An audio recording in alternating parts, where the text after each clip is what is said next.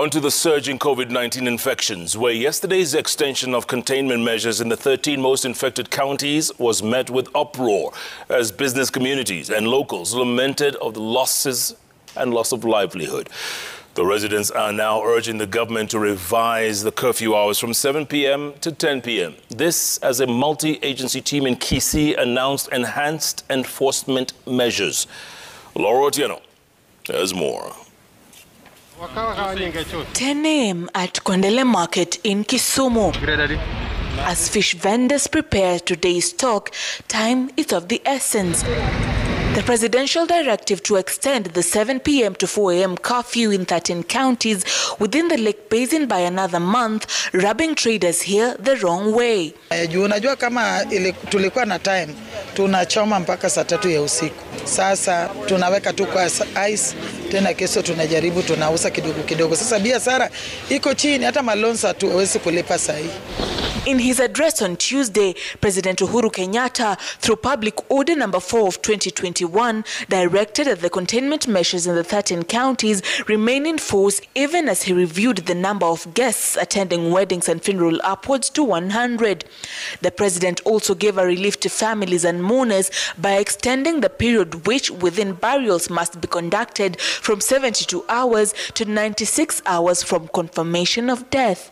Usually we could supply like 1 ton of fish per day, but now we can hardly go beyond 200 kilograms. So this is 8 folds less, and that, you know, the impact is very, very big.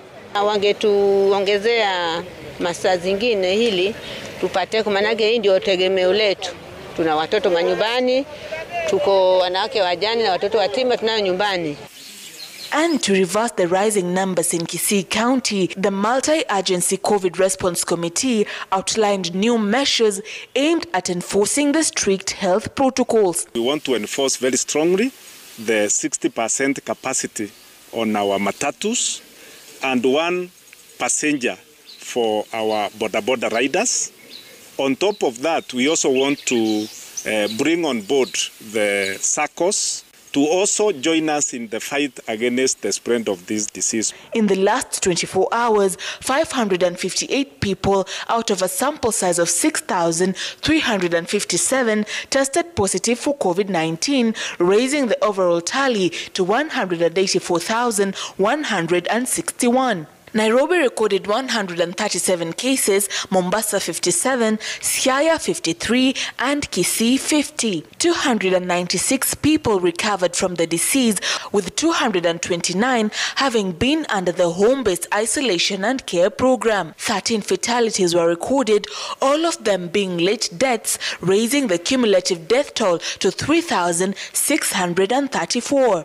With President Uhuru Kenyatta having extended the 7 p.m. to 4 a.m. curfew up to the end of July, traders at the busy Kondele Market strive to make hay while the sun shines, even as they call on the president to review the curfew time to enable them sustain their livelihoods. Laura Otieno, Citizen TV, Kisumu County.